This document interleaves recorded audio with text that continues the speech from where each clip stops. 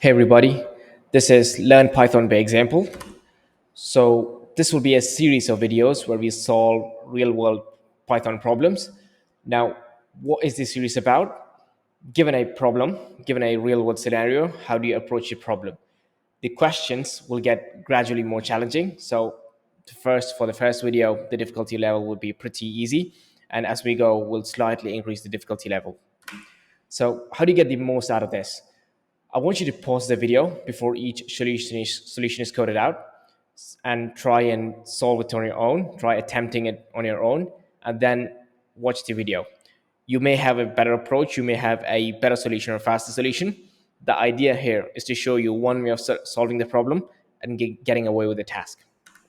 So I'll be pulling up my terminal now. I want you to open VS Code or any other terminal you like or IDE you like, and let's write some code. So I have put up the questions as a blog post. I'll be putting up the link of the blog post in the description. So I want you to copy the questions list and I'm going to paste it in a file in my terminal. So I'm going to say wimcode.py, copy that, and we'll start from here. So let's try and attempt the first question. It's pretty easy. Like every other tutorial, let's print hello world. So I'm going to use the print function for that. So Python has this print function. I'm going to say hello world, and that's it. Not very easy. You kind of have to know these functions. There are a lot of built-in functions. So to print something to the terminal, you kind of use the print function. So let's move on to the second question. So the second question says, I want you to accept a user input with the string displayed, enter your name. So the idea is I'm going to store the user entered name or the string into a variable. So because it's enter your name, let's just say name equals, and the function used to accept a user input is input. So I'm going to say input, and the string that needs to be displayed is put here. So enter your name, and there you go. So once the user enters the input, the data is stored inside the variable name. Let's look at the third question. It's pretty easy again. We want to print the entered name by the user to the terminal like the following. So it should be hello and the name of the name entered above. So I'm going to say print, and I like to use the formatted syntax. There are multiple ways to do this. I just like to do this. So it's going to be hello and put in curly braces and the name of the variable that we want to inject in. So I'm going to say hello name that prints hello and the value inside the variable name. Let's move to the fourth question. It's asking us to import the library JSON. Extremely easy. We just have to do say import JSON. Now, if you're importing libraries, this is kind of a very common syntax. You import the library saying with the import keyword. For example, you could say import NumPy, import pandas, and a lot of other libraries. Let's move to the fifth question. It says declare a string with the initial value hi.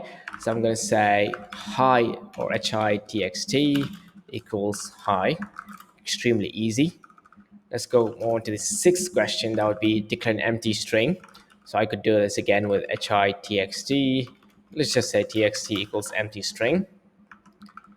And let's move to the seventh question. That would say write a program to accept user input and convert it to int.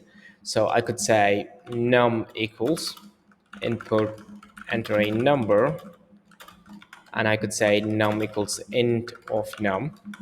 Or I could do this. I could say num equals int of input. I could just chain these, enter a number, and that would just work. And we need to put this in there. There you go. Let's try and solve the eighth question, which is declare a list of numbers.